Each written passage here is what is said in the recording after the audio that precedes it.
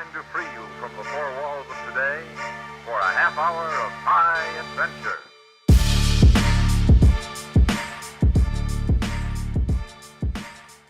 Okay, so we're here with Sara Uckelman and also Srionti Maitra. Hello. Hello. And we're talking about the philosophy of fiction.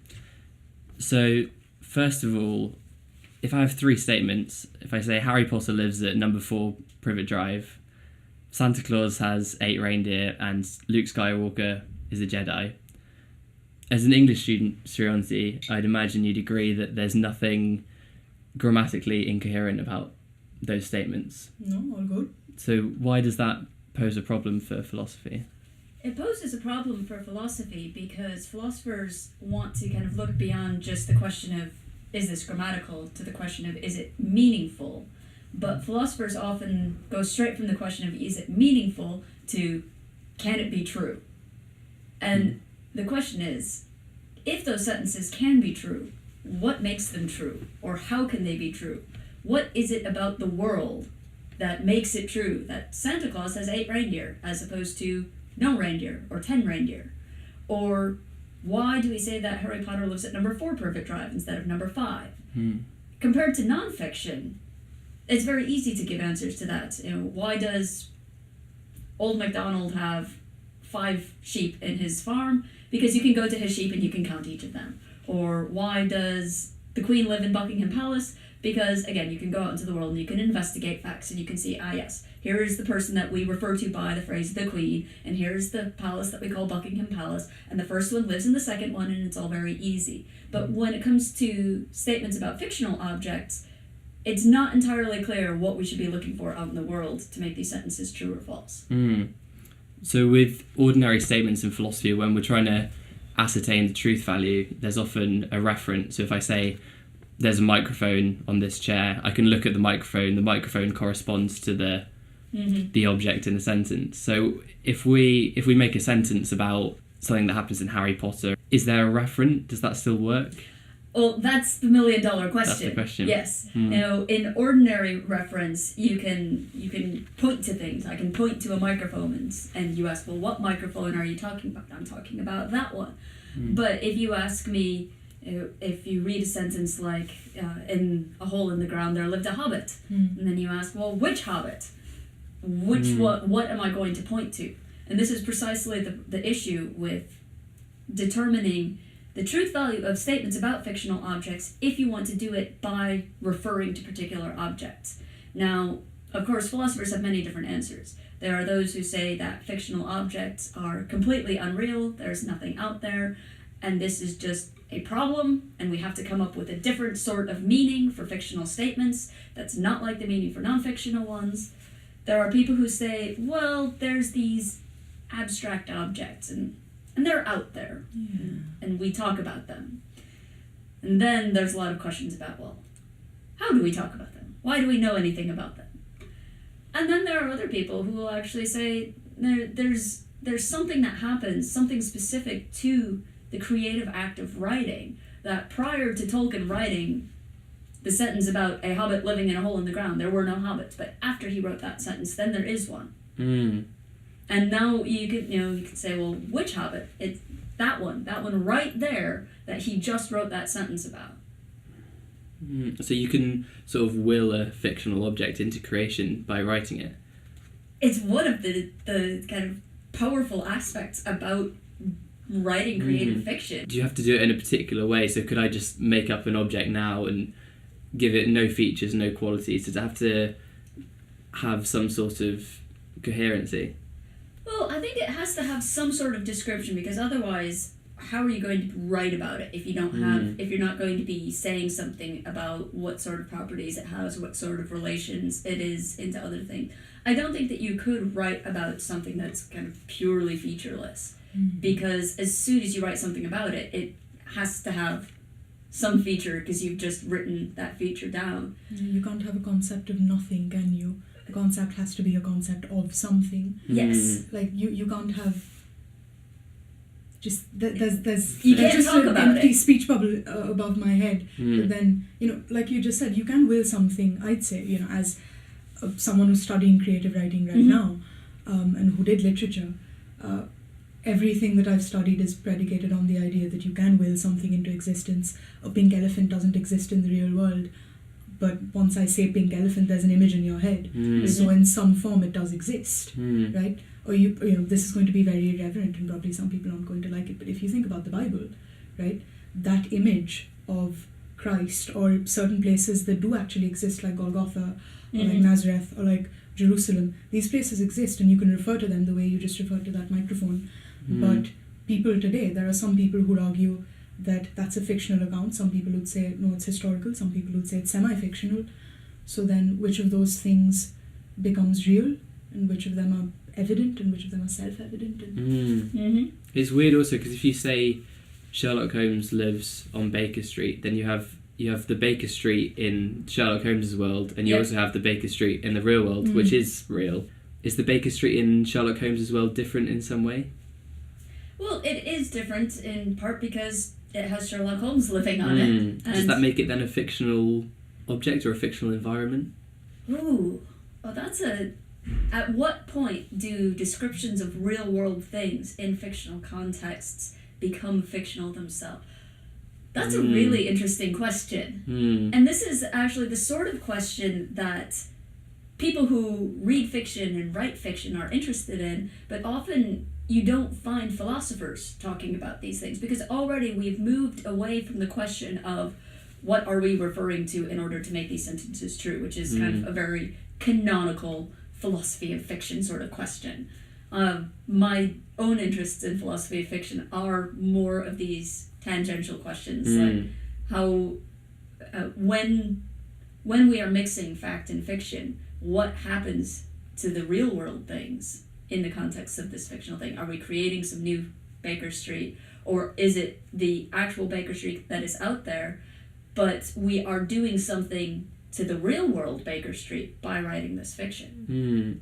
What do you think about the point of view that I think, so doing some reading, it seemed like some philosophers think that they've solved this problem by assuming that whenever you're sort of in the realm of talking about these facts, then if you assume a universe of discourse, then as long as it's under that pretense, everything's fine. So if we assume the world of Harry Potter or the world of Sherlock Holmes, then everything within that can be internally consistent. Yeah, so I think that sort of approach does handle a lot of things. You do face the issue that some authors, particularly people who wrote multiple stories about the same characters over a very long period of time, weren't always consistent. So I don't know the details, but there's the example that always comes up in the philosophical literature is there is something that Conan Doyle says at one point about Sherlock Holmes that is directly contradicted 30 years later in another book. So there is still kind of the issue of how do you handle the explicit contradictions like that. But even if you've got a way around that, there's still an interesting question of, well, how do we make true statements about these characters that are not kind of within these fictional worlds? So one example that you might get are these kind of cross-fictional comparisons. So Commander Sam Vimes is a better detective than Miss Marple, for example. What in the context of Discworld or whatever sort of fictional universe you're looking at allows you to say... You almost have to combine the universes in some way and make a comparison. Yes. And they might have two different sets of rules to them, which makes things much more difficult, because Discworld's a fantasy world, whereas Miss Marple, if I'm not mistaken, is set in the real world, where there isn't magic and wizards and death who speaks in capital letters. So they might have a different mechanism to judge the detective. Yeah. That's interesting. And if we say that fictional objects exist or fictional entities exist in these worlds, would they then be able to be willed out of existence? Or once they're created, are they just there for good? See, this is something quite interesting, because there does seem to be an asymmetry that as soon as someone comes along and says that in a hole in the ground there lived a hobbit, there are no hobbits in existence. If someone else comes along and says there are no hobbits, or even if Tolkien came along and said there are no hobbits, it's not clear to me that this actually has the same, that those sorts of statements are privileged in the same way as the creative ones. It seems like it is much easier to create a fictional object than to destroy it. It's like the author gives away some sort of ownership the Yes. moment they will something into existence. It's like in Harry Potter, if someone, if J.K. Rowling was to write a sequel and say Harry Potter woke up and it was all a dream, it kind of negates all of the facts that were there beforehand. But it's kind of a fiction within a fiction, in a way. Yeah. Yeah, like the problem then becomes who has the authority to say that, doesn't it? Because if someone who's writing fan fiction says Harry Potter woke up and all of this was a dream, then you wouldn't take them as seriously if J.K. Rowling wrote it. Then people might, People would take it seriously, but I think a lot of people would rebel against it. Oh, absolutely, because there's a concrete idea now that Harry Potter exists. There's a whole universe that's been created around this character. And so the question of authority is a very important one, because you might think that Rowling has authority over the worlds that she's created. Exactly. But it doesn't always seem to be true that that's the case, that she doesn't have free reign to say what she wants to say anymore.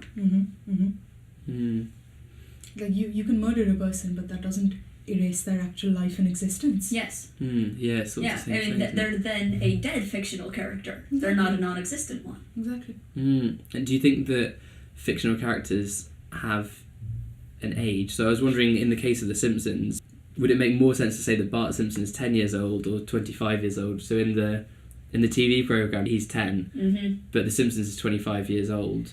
Well, I think that we can talk about fictional characters at two different levels.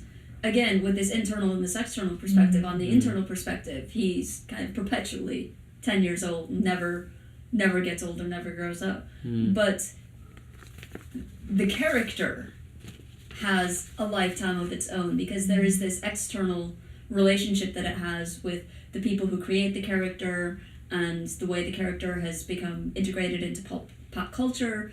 And so you've got all of this kind of external stuff. Bart's 10, but the idea of Bart's 25. I like that. Yeah, that's good. Yeah.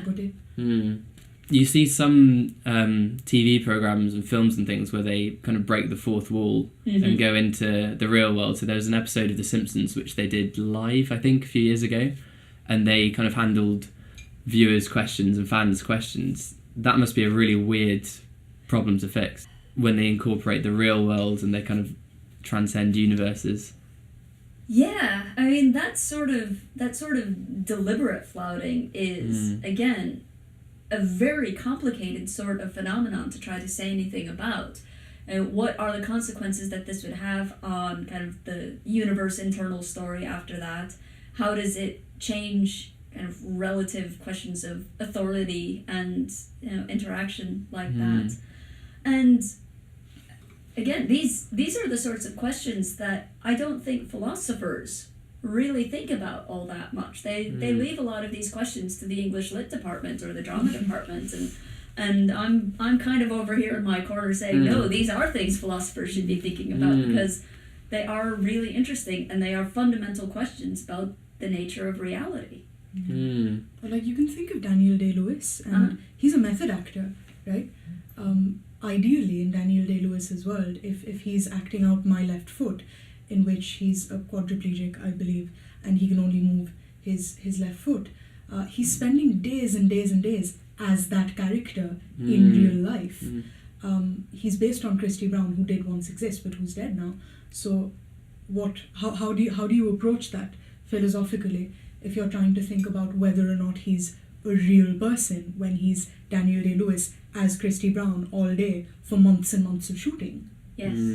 Yeah, at what point, how are we going to use demarcations of personhood to distinguish the actor from the character? Exactly. You made me sound so smart just then. So Sarah, a lot of your work is on fictional languages. Could you just first explain what a truth conditional theory of meaning is? It's the sort of theory of meaning that we started talking about with just the Santa Claus has 8 reindeer sort of sentences. A very typical account of the meaning of languages, not just ordinary English, German, French, not talking about fictional stuff, just tables and chairs and microphones, is that the meaning of a sentence just is the conditions under which it is true. So if the microphone is on the chair, that means the conditions under which there is a microphone that is on the chair, and that's all that sentence means. So this has problems when we come to the fictional cases because it's not entirely clear what we're referring to or what the conditions for the truth are. But I also think that it's not entirely clear what to do about fictional languages instead of kind of ordinary natural languages, precisely because these fictional languages are operating in a context where all that they're talking about is other fictional things. So we don't have that kind of access to things in the world that we can talk about in the same sort of way. Yeah, we were talking, and I was wondering, a fictional language, fictional, and you'll understand why I'm putting that in air quotes in a second, if it sees philosophical and social and semantic interaction, like Kinderin or Sindarin or Quenya, I'm not quite sure how to pronounce them, or like Dothraki from Game of Thrones, or like Navi from the Avatar universe. If people are actually interacting with these languages, learning the vocabulary, there's YouTube videos on how to pronounce these now. People are coming up with names in these languages. People have obviously written journal articles and criticism of those journal articles in Kenya and Sindarin. Then doesn't that cease to operate as a fictional language if it is in the real world and it's being interacted with? Yeah, I think that it actually makes a bit more sense to talk about it in terms of natural languages and constructed languages, rather than natural languages and fictional languages, because a lot of the issues that the fictional languages face, you also get with constructed languages like Esperanto and other sorts of languages that were kind of developed consciously rather than kind of developing over time as most languages have. And it is actually precisely because we have this similar sort of interaction with languages that were originally constructed in fictional contexts, if you want to call them that way. It's because we interact with them in the same way that we do with ordinary languages that I think they need to be taken seriously philosophically. Because you don't just want to say, oh, fictional languages, they're just made up things that are part of a fiction. No, we translate in and out of them. We criticize other people's translations. We generate new vocabulary. We generate new grammatical structures sometimes. And so we interact with these languages as if they are languages on a par with English and German. And so you can't just say, oh, my theory of meaning is only designed for natural languages and not fictional languages. Because there's this blur between the fictional languages, or constructed languages that are fictional and constructed languages that are kind of non-fictional, it's not clear that we should be distinguishing them just because the one happens to talk about fiction. And it's also not clear that we interact with these languages any differently than we do ordinary languages. So, yeah, I don't like accounts that will come in and say, oh, we only need to give an account of the meaningfulness of natural languages because these other ones are different somehow, because we don't act as if they are any different. And is a language's legitimacy within the language itself? Like, do you need to know the language to be able to deduce whether a statement within it is true or false? So you mentioned linear A, which no one's been able to translate. So no one knows about this language, but presumably there are truth conditions within the language. Yes. So is the truth or falsity contained within the language itself, do you think? Oh, so this was a very interesting issue. Whenever I'm kind of teaching on these questions, what I like to do is put up a sentence of linear A on the board. I expect nobody even recognizes the script. But I want, suppose that something happens in the future and we discover the Rosetta Stone for linear A that allows us to go back and translate all of these fragments that we have. What I like to ask my students is what they think has happened. Is the right story that these fragments have been meaningful all the way along throughout history? It's just that there was a very long period where we didn't have access to that meaning. Or is it the case that those fragments were meaningful in a context where the language was being used and people grew up learning the language or were taught it or spoke it, And then there became a period where those fragments were not meaningful because nobody had access to any of the cultural knowledge, any of the inherited linguistic proficiency. And then, upon the discovery of this wondrous Rosetta Stone, that hopefully will happen someday in the future, they became meaningful again.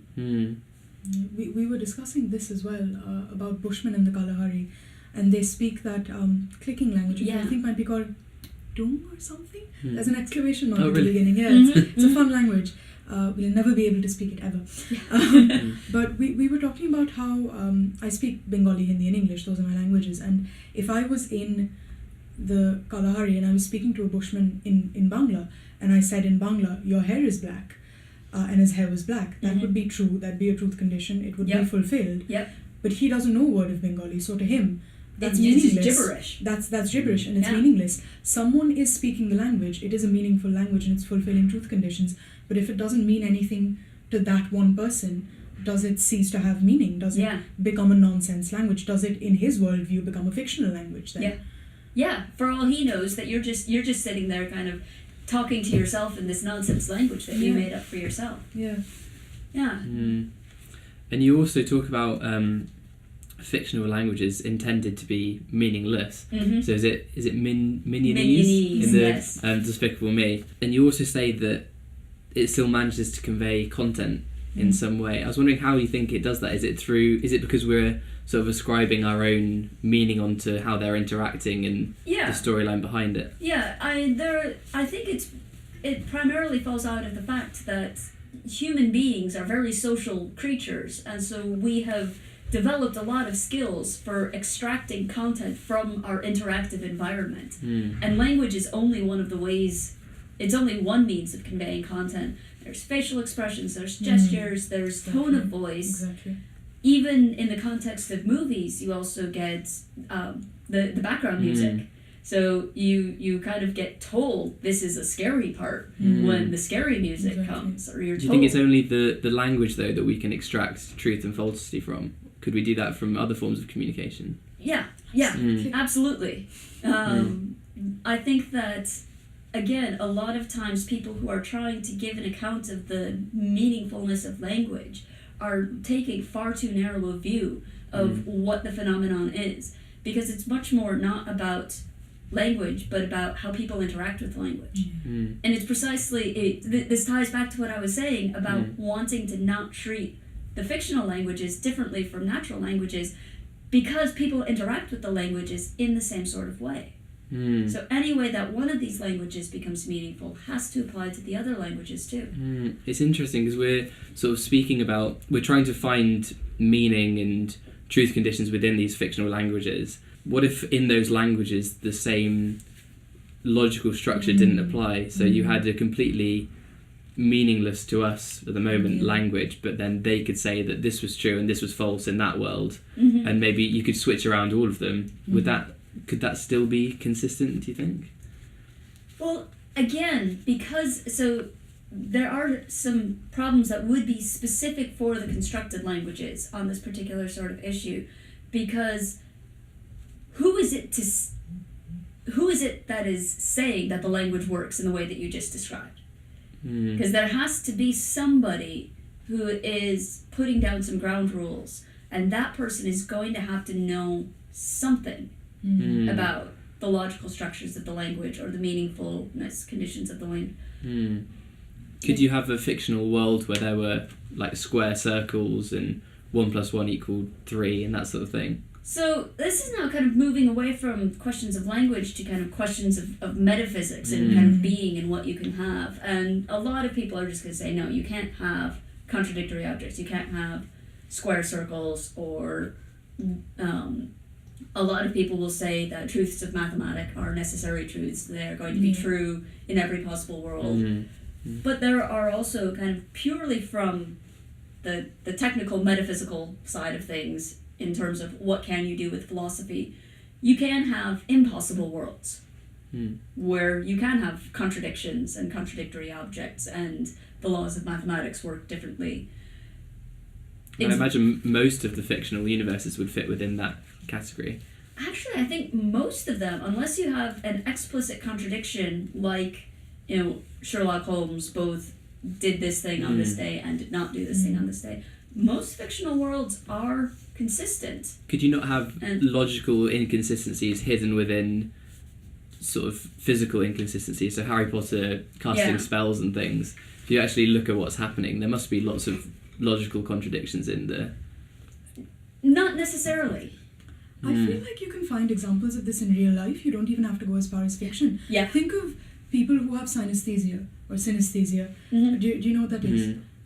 So I can't see smells, but a synesthetic person can. So which of us is right? Which of those things is actually true? Do smells have a colour? Yes. Do smells have a colour? For them, they do. Or for an alien, if aliens ever olfactory, visual aided aliens ever come to Earth and they can see smells, then for them they just won't understand our worldview, and for us they're lying. Because that's not something that we're physically, mentally capable of processing unless we're synesthetic. So then who's right? Very hard to say. Or like that tribe, indigenous community in Papua New Guinea that we were talking about.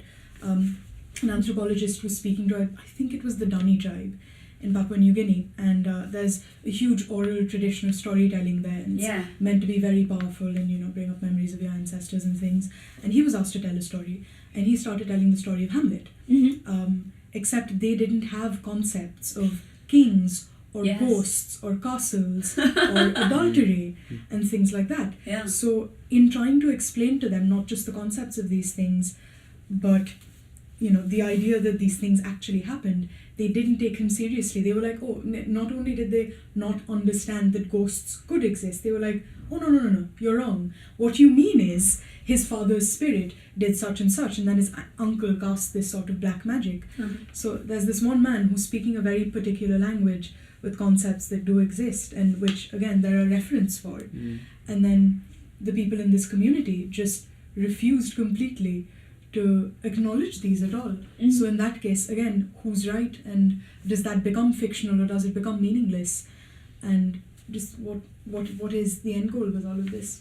What conclusion do you come to when you have a conversation like that? Are there consequences if we just take the blanket statement, we just think all of these languages are meaningless? If once you create a fictional language or a fictional world, then all of these normal rules of logic go out of the window. Is that a problem, do you think? Well, I think...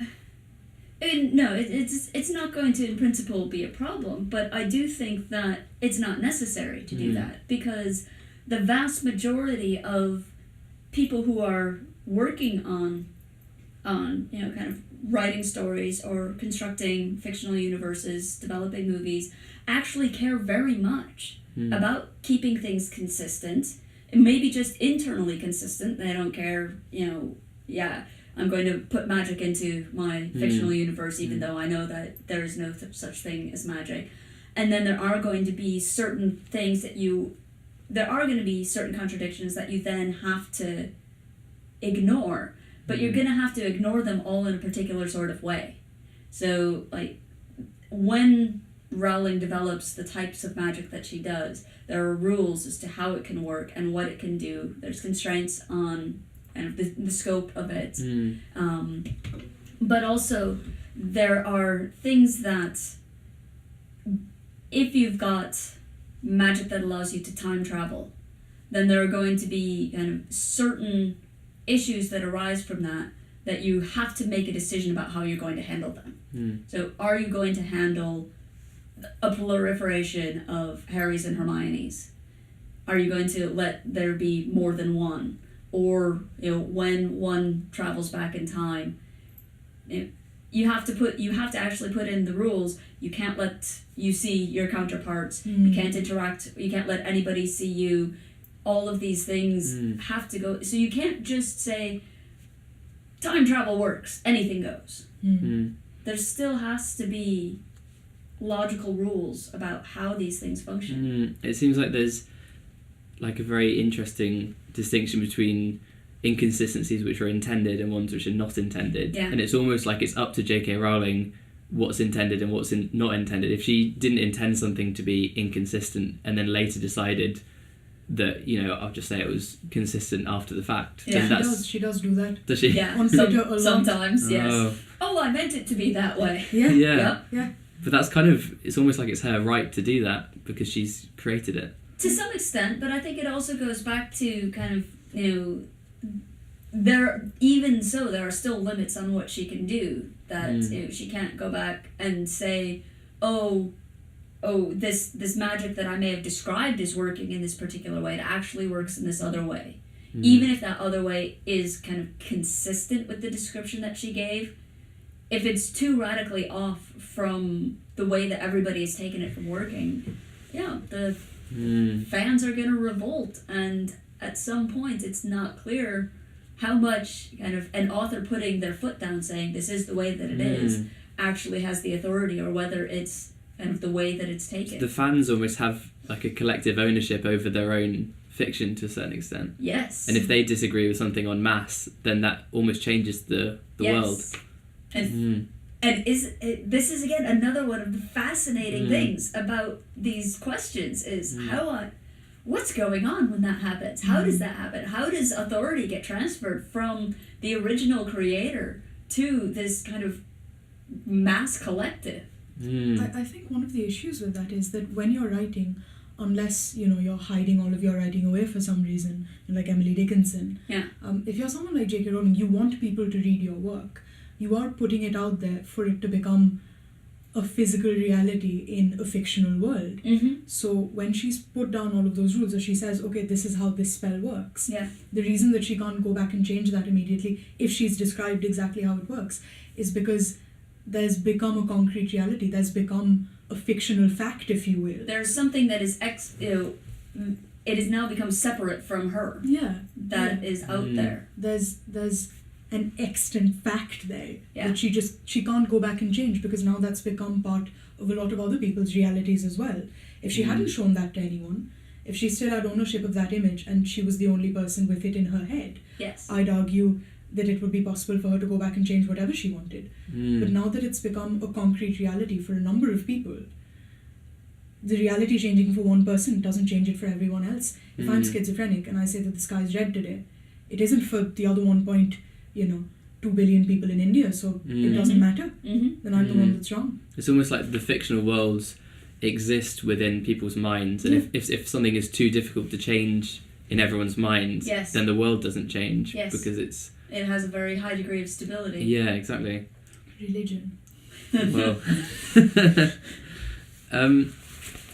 so I wanted to talk a bit about fan fiction and things that you've written in that. So how would you best define fan fiction to start with? Because that's quite a hard question in itself. Yeah, it is. And actually, every time that I'm kind of talking, particularly with other philosophers, about what fan fiction is, there is a question of kind of how broad or how narrow do you want to define it. I don't like trying to define things like, you know, what counts as fan fiction and what doesn't, or, you know, general questions about genre boundaries, because I don't think it necessarily helps. I'm interested in definitions insofar as it helps me do something interesting with the phenomena at hand. And with fan fiction, what I am interested in is basically anything that is taking some pre-established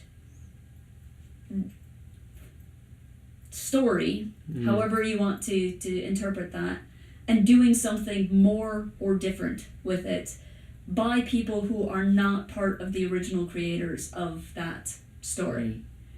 And so I think that you can take it to encompass a huge amount of things. I once had someone ask me in a talk, well, you know, what about like Alexander of Aphrodisias writing commentaries on Aristotle? You know, aren't Aristotle commentaries just Aristotle fan fiction? And it's like, that's actually a really interesting way of thinking about it, because you get the same questions of canonicity and authorial authority and resolving of contradictions. And so I think that there are circumstances where it makes sense to think of Aristotelian commentaries as Aristotle fan fiction, or Paradise Lost as Bible fan fiction. But I think that there are also reasons where you might want to take a narrower view and focus specifically, that's what I wanted, on a particular kind of cultural phenomenon which has particularly grown up since the 1920s, 1930s, when you first start getting like science fiction literary zines, moving on to the online world. There is a very specific online content and kind of characteristic to a lot of contemporary fan fiction. And again, because I think what's interesting is how people are interacting with this. I think that it makes sense to kind of set off things like internet fan fiction from other types of fan fiction because of the social interaction that goes on with it.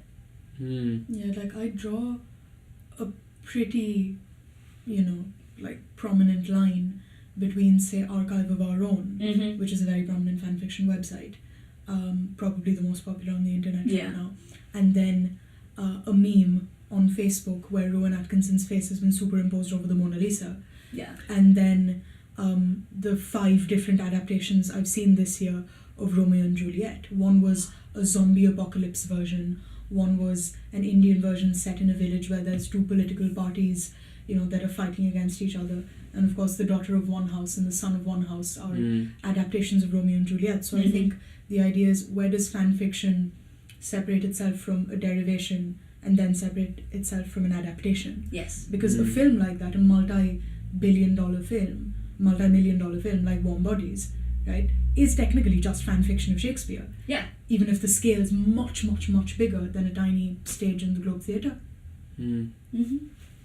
That's true, because you'd expect it to be the popularity of the fan fiction, or whatever you want to call it, that gives it its almost legitimacy. Like, if there's a piece of fan fiction which is wildly more popular than the original, then you kind of think that fictional world takes over in some way. But that's true, because if that's had more popularity than something in the past, then that almost gives it more. Yeah. Well, it's particularly interesting. So, like you say, with story adaptations, when I was working on this fan fiction paper, I used that as an excuse to watch all of the versions of Pride and Prejudice that I could find. Joe Wright for the win. And I called it research. It was brilliant. But something that's particularly interesting is that after the BBC Colin Firth wet shirt scene, is that had such an effect on derivative versions of Pride and Prejudice that in many, many, many other versions since then, you'll find a wet shirt scene, even though it's not in the book. It's not in the book. But it has become part of the P&P canon. Yeah. It's also just true of film adaptations in general. It's the Harry Potter films can sometimes deviate quite a lot from the books, but I don't know, some would argue that the films are awful. Really? I think probably a less contentious case is looking at the Game of Thrones books versus the TV shows, because they are kind of actively wildly different, diverging from each other. The entire Rob Stark storyline, for instance, we now don't know what's true, because George R.R. Martin wrote that, Rob Stark, out of the goodness of his heart, married, I think it was Jane Poole, and brought her to Winterfell. Brought her to the twins where they were all murdered. But in the show, because Richard Madden is really hot, they didn't want him to die a virgin, essentially. So they brought in a lovely lady whom he marries, flouts his mom, insults the phrase with, and then gets murdered because of said insult, not just because of some sort of political rivalry. And so now there's 2 parallel canons, and people aren't quite sure, which to get their hands dirty in. It's almost like it splits the universe in 2, and you have to... Yeah, and he's still writing as well, which complicates things even more. Yeah.